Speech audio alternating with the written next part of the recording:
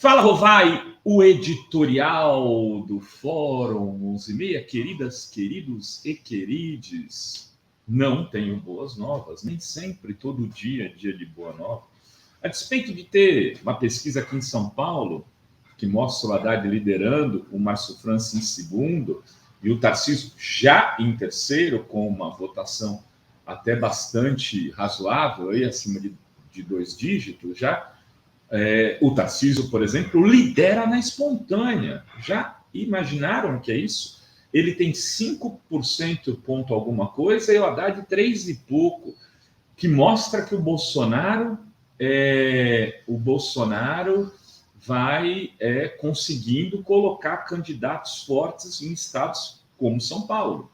Tem São Paulo com o Tarcísio, Rio com o Cláudio Castro, Ratinho no Paraná, em Minas tem o Zema e o Banês no Distrito Federal, tem candidato no Rio Grande do Sul, lá, que é aquele ministro dele que agora me foge o nome, o pessoal do chat já vai dizer para mim, tem candidatos fortes em alguns estados do Nordeste, como aquele cara do Ceará, o capitão não sei das quantas lá, que é um canária, que tem todas as chances de ganhar. Então, ele começa a montar um jogo e aí, de repente, não mais que de repente, tem mais uma eleição na Hungria.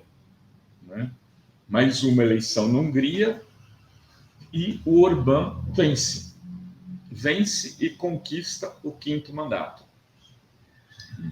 Orbán, que conquista 135 das 199 cadeiras no parlamento. Né? Ou seja, isso aí era mais ou menos com apuração em 91%, deve ter chegado ao fim. Ele consegue 2/3 do parlamento numa vitória estrondosa, porque do lado de lá juntou todo mundo contra o Orbán, desde partidos também de direita até partidos de esquerda, porque o Orbán é o líder da extrema-direita na Hungria. Porra, mas tudo bem, o que você está falando do Orbán? Porque de alguma maneira, o Orbán é quem inspira o Bolsonaro no Brasil. Os movimentos do Bolsonaro são muito inspirados no Viktor Orbán. Ele é a referência. Ah, mas não era o Trump? O Trump também, mas em outro contexto. Porque, de alguma maneira, por incrível que pareça, parece que a política no Brasil está se transformando em algo mais parecido com a política na Hungria do que com a política nos Estados Unidos. Mas o Orbán já era assim? Não, o Orbán é resultado dos movimentos lá das revoluções antissoviéticas, lá em 89, do que faz brotar o Boris Yeltsin na Rússia, as separações, a dissolução da União Soviética em 91, a queda do Muro de Berlim em 89, ele era o líder na Hungria desses movimentos. E acaba se elegendo deputado e faz um primeiro mandato de 98 a 2002, onde ele leva a Hungria para a OTAN. Então, ele era um cara respeitado nesse universo do mundo ocidental, um líder, né, de centro-direita liberal, faz um mandato, perde a eleição, vai para oposição e em 2010 volta. Em 2010 volta e agora está se reelegendo para o seu 5º mandato. Só que as instituições na Hungria já não têm mais nada a ver com aquelas do primeiro mandato do Orbán. O Orbán conseguiu ter o sistema de justiça a seu favor, toda a mídia privada e pública a seu favor. Ele interferiu em todos os instrumentos de controle do Estado. Hoje ele é dono do país. E a partir desse poder que ele conquistou, ele movimenta, inclusive, os critérios e as regras eleitorais que o favorecem para poder fazer essa quinta reeleição com a facilidade que fez. Então, o que está colocado? O Bolsonaro de hoje não é o Orbán de hoje. Ainda não. Mas há um risco bastante grande de o Bolsonaro, que já é mais velho que o Orbán, na verdade, mas já tem mais tempo de política, né? O Orbán era líder estudantil em 89, lembram bem que eu acabei de falar? Né? O Orbán hoje tem 58 anos, 59, uma coisa assim. O Bolsonaro já não. Mas, ao mesmo tempo, o Bolsonaro tem um projeto de poder que é um projeto de poder muito parecido com o projeto de poder do Orbán. O Bolsonaro fidelizou, né, as Forças Armadas e as polícias para o seu projeto. Hoje ele tem esse controle, né? Ele tem o controle do partido militar, vai colocar o Braga Neto, que é um cara muito mais firme do ponto de vista da lógica desse partido do que o próprio Mourão. Ele é um representante desse partido militar de outra estatura. O Braga Neto é o interventor no Rio de Janeiro.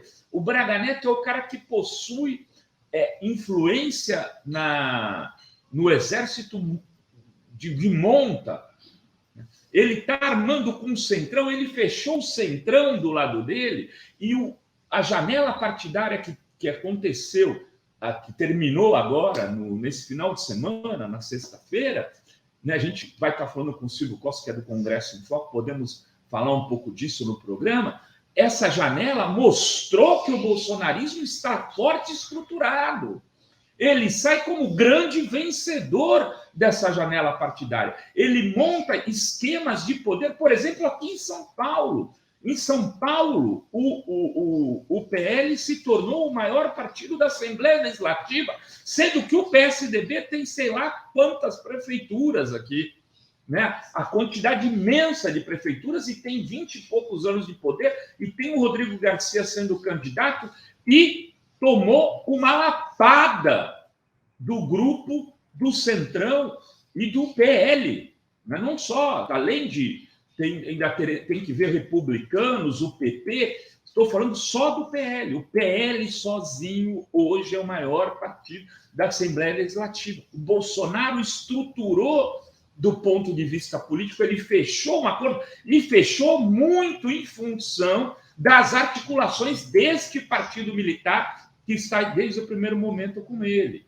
O Bolsonaro tinha um esquema fechado com o Moro que dava segurança do ponto de vista do judiciário.